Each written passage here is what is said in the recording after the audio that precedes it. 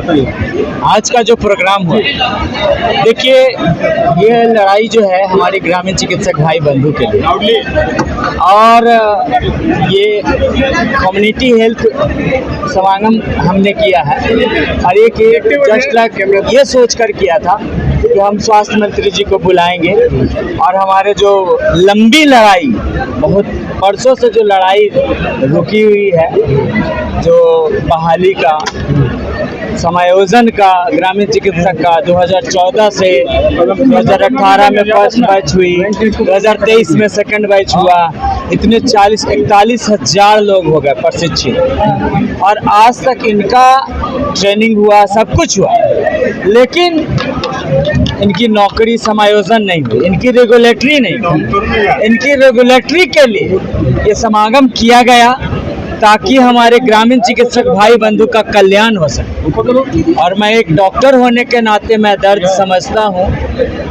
कि नौकरी बिहार में कितनी ज़रूरी है, और ख़ास करके रेगुलेटरी भी बहुत ज़रूरी है। जैसे मेडिकल काउंसिल ऑफ इंडिया है, Ayush medical council of India है, अब पारा मेडिकल का है, नर्सिंग काउंसिल ऑफ इंडिया है, तो इनका भी एक काउंसिल होना चाहिए, और काउंसिल जब होगा तभी आगे सरकारी जॉब की बहाली की प्रक्रिया भी होगी। और हमारे मंत्री महोदय ने भी अभी आश्वासन दिया कि मैं आपकी गाड़ी को खींच के ले जाऊंगा और आगे बहाली का प्रक्रिया। पांडे जी ने कहा कि हम ड्राइवर बनने के लिए तैयार हैं, तो आप लोग कितना? ये बहुत खुशी की बात है, क्योंकि एक मंत्री होकर, स्वास्थ्य मंत्री, और बोले कि मैं आप लोग का ड्राइवर बनने के लिए तैयार हूँ, ये छोटी सी बात नहीं है, बहुत बड़ी बात। ड्राइवर के साथ साथ 2025 पर भी कहीं ना कहीं निशाना बिल्कुल निशाना तो स्वाभाविक है, वो मंत्री है, तो जब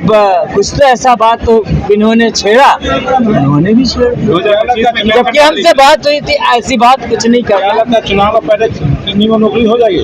देखिए अभी तो संभावना है, अभी तो मैं खुद नहीं कह सकता, क्योंकि आप अपने कानों से भी न सुन, आप अपने कान से भी सुने और आंखों से भी देखा, अब इससे ज्यादा मैं क्या बता पाऊंगा। चुनाव आते सभी मंत्री वादा करते हैं, चुनाव के बाद कोई मंत्री ध्यान में नहीं रहते हैं, रोड पे भी आंदोलन करते हैं। तो समय आएगा तो बताएगा। अच्छा, क्योंकि चैन तो उसके लिए लगा हूँ, क्योंकि चैन पुलिंग वाली बात भी वो कह रहे थे। क्या लगता है कि 25 के टारगेट बेस पे ही गाड़ी का स्पीड बढ़ेगा? वो तो जाना चाहिए, जैसे मेट्रो का निर्माण हो रहा है इलेक्शन से पहले, तो क्यों ना इसका हो सके। तो मैं यही बता रहा हूँ कि अपनी वोट बैंकिंग पूरा करने के लिए लोग क्यों नहीं करेंगे, करेंगे।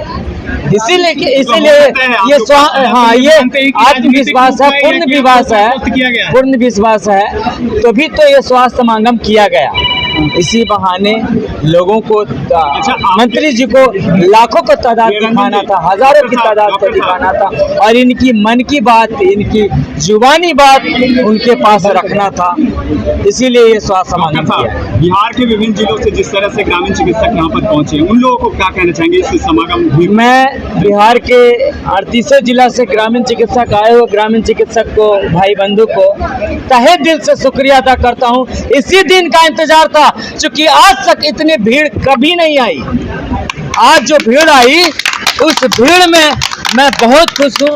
मंत्री महोदय को भी लगा कि इनकी संख्या बहुत ज़्यादा है, और जो जमात की पूजा होती है, और जमात में तो सब कुछ मिलता है, इस बात को मानते हैं आप लोग। आप मीडिया बंधु से ज़्यादा कोई नहीं जानते। कहने के अनुसार आने वाला विधानसभा चुनाव में ग्रामीण चिकित्सक स्वास्थ्य मंत्री के साथ है। बिल्कुल साथ है। हो गया विधानसभा, आप लोगों की जो उम्मीदें हैं वो पूरा हो जाएगी। आप तो अपने कानों से सुने।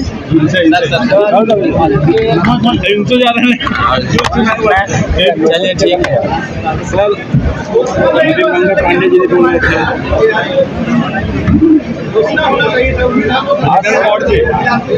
बताइए जिस तरह से मंत्री महोदय ने आप लोगों को वादा करके गए हैं, वादा करने के साथ 2025 चुनाव को लेकर भी घेरा है आप लोगों को, क्या यह भीड़ के वजह से तो नहीं ऐसा हुआ? देखिए, स्वास्थ्य समागम के माध्यम से हम लोगों ने मंत्री जी को बुलाया था कि सर पर 2025 का विधानसभा चुनाव है, तो चुनाव से पहले हम लोग मंत्री जी से आश्वस्त होना चाहते हैं कि हमारे लिए सरकार क्या सोचती है। तो मंत्री जी ने कहा कि ट्रेनिंग के प्रोसेस हमने शुरू कराया था, ट्रेनिंग कराया, कोरोना काल में सेवा लिया और आने वाले समय में नौकरी की जहाँ तक बात है, आपके विकास की बात है, संरक्षण की बात है, उसमें हम ही लोग करेंगे, मंत्री जी ने कहा। और हम लोग को उम्मीद भी है कि जो कुछ तकनीकी व्यवधान है उसको सुधार लिया जाएगा और जहाँ तक संभव हो हमें लगता है कि चुनाव से पहले कुछ न कुछ नौकरी से संबंधित, समायोजन से संबंधित काम होगा।